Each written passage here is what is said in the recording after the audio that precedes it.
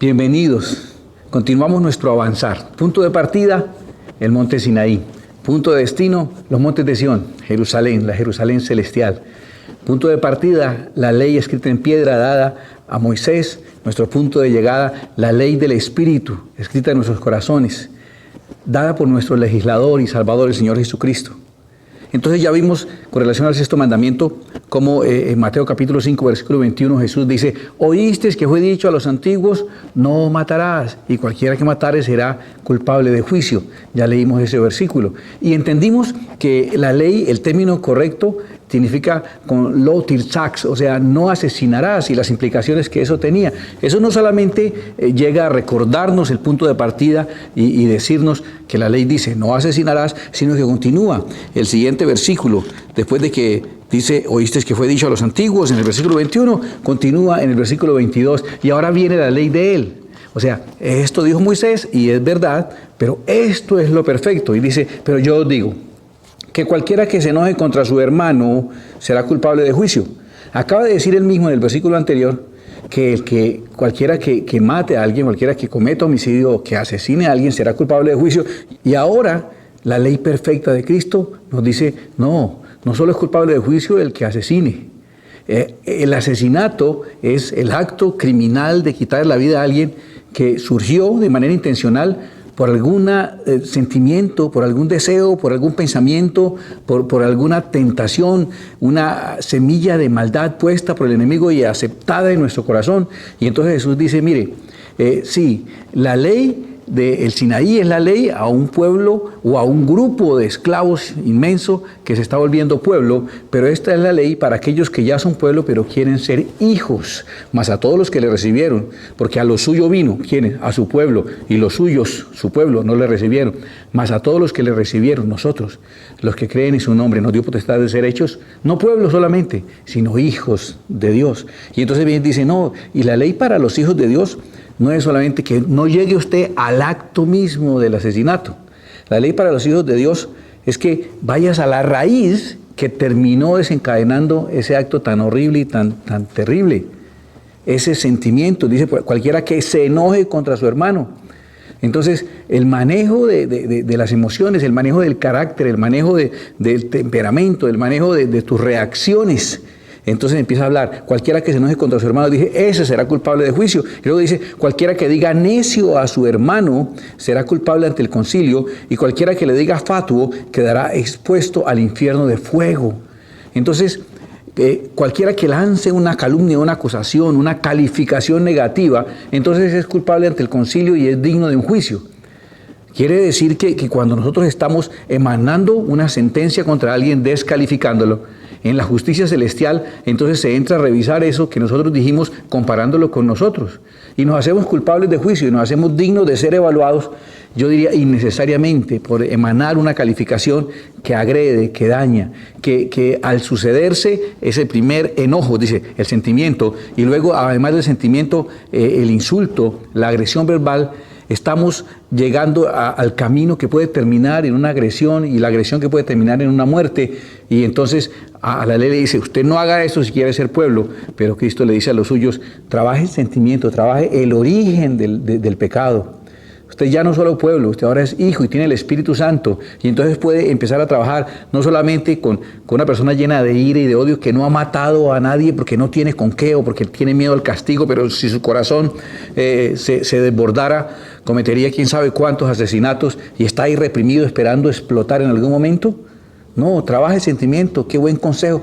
Esos chicos reprimidos, aislados, que después explotan cometiendo asesinatos, los school shooters que terminan matando a sus propios compañeros y profesores y estaban ahí reprimidos y entonces están buscando cómo lograr detener esos asesinatos, y el problema está donde Cristo dice, en el corazón, en ese corazón cargado de resentimiento y de odio.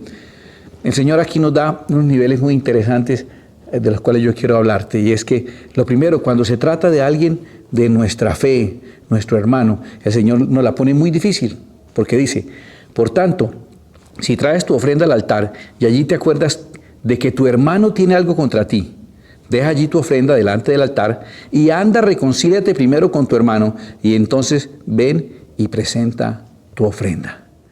Encontramos entonces aquí una exigencia mayor para aquel que es piadoso.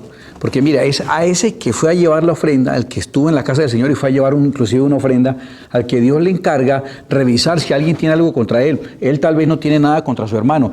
Revisar para que la ofrenda sea acepta. Imagínate, que si su hermano tiene algo, le guarda algún rencor, tiene una espinita contra él, él no tiene nada contra su hermano. Pero que si su hermano tiene algo contra él, entonces deje allí la ofrenda. Ese consejo me parece maravilloso, que deje la ofrenda ahí de todas maneras encargada ahí en la iglesia, no dice que después se embolate la ofrendita por ahí. Entonces más bien que la deje ahí y vaya y reconcíliese con su hermano.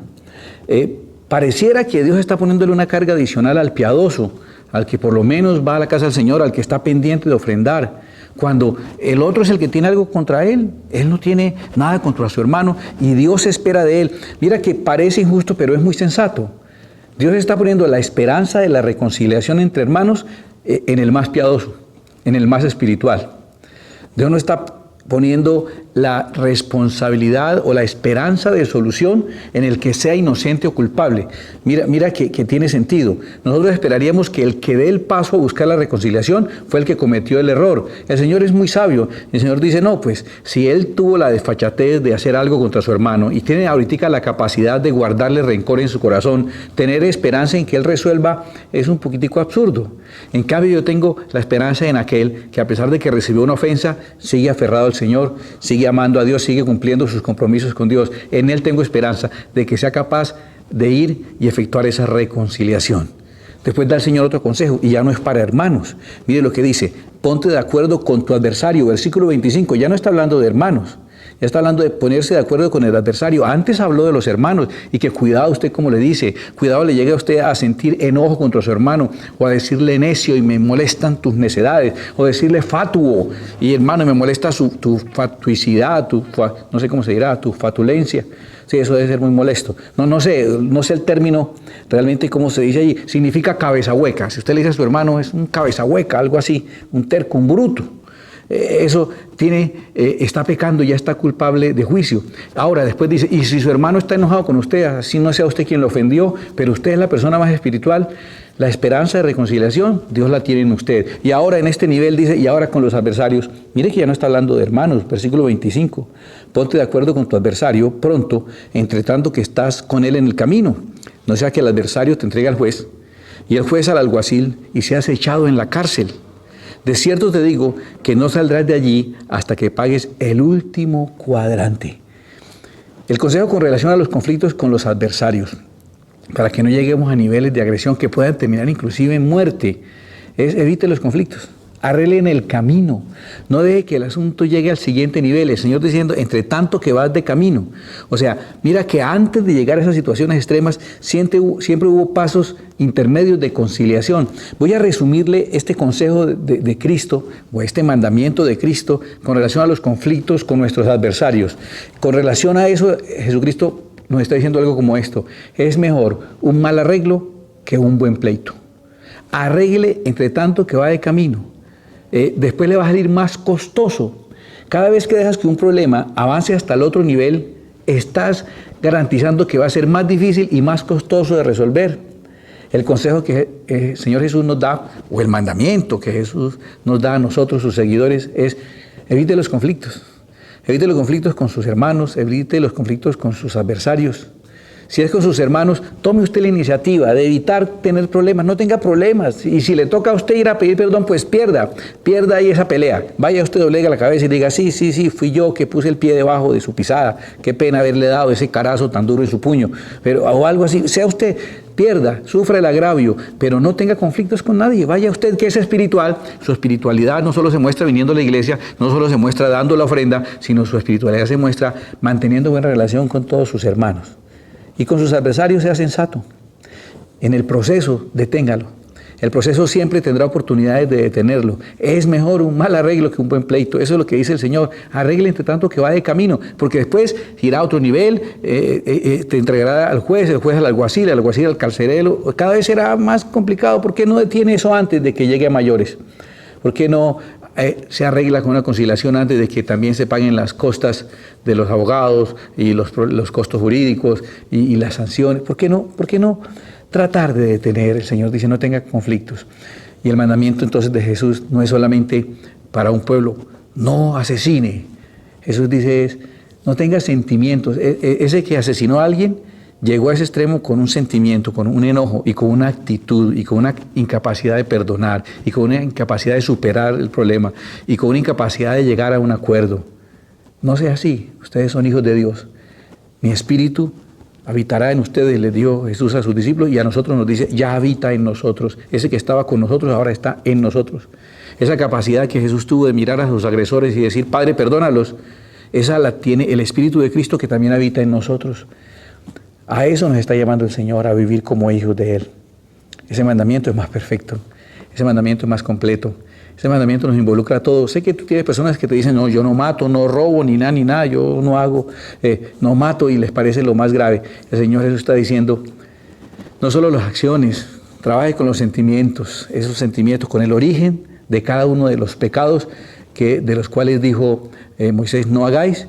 El Espíritu Santo nos dice, puedes vencer. Puedes superar esas emociones que se transforman en acciones terribles. Oremos. Padre que estás en el cielo, gracias por tu palabra bendita, Señor. Lo primero que tú nos dices es, desde antes está dicho, no vaya a lastimar a alguien, no vaya a causarle la muerte, incluso daño a otra persona, no sea ese tipo de persona. Y el Señor dice, y yo le sumo todavía, yo perfecciono ese mandamiento. Y les digo, ni siquiera tengan enojos, cuiden su carácter, cuiden ese corazón cargado de ira, maneje su ira y controle su lengua, cuidado con lo que dice. Además de lo que siente, puede llegar al nivel de ofender y entonces termina siendo un juicio terrenal o un juicio espiritual, porque a cada persona que tú acusas, el cielo la pone en evaluación contigo mismo. Gracias, Dios, por esa palabra que nos has enseñado. Y el siguiente nivel, ser capaces de mostrar una espiritualidad que afecta nuestra forma de relacionarnos. No una espiritualidad que nos aísla de las personas, sino que nos exige para poder acercarnos a Dios, reconciliarnos con nuestros hermanos, y que nos pide inclusive para ser perdonados, ser perdonadores, y también ser sabios. Y en medio de una discusión, en medio de un conflicto, en este momento pueden haber personas en medio de una situación conflictiva. Yo te pido que les des sabiduría y sensatez para abortar ese proceso sin llegar a niveles de mayor costo y de mayor tragedia. Haz tu obra, Padre bendito, en el nombre bendito de Jesucristo, que tu Espíritu Santo nos lleve a actuar como Cristo actuó con nosotros. No es como en el monte Sinaí. Les voy a enseñar a ser un buen pueblo de Dios. En esto se trata de que nosotros morimos y Cristo vive en nosotros. Ya no vivo yo, Cristo vive en mí. Y ahora lo que vivo, lo vivo en la fe del Hijo de Dios, en cuyo nombre hago esta oración y bendigo a todos los que hemos participado de este altar familiar. En el nombre de Jesús. Amén y amén. Gracias por acompañarnos. Que el Señor los bendiga.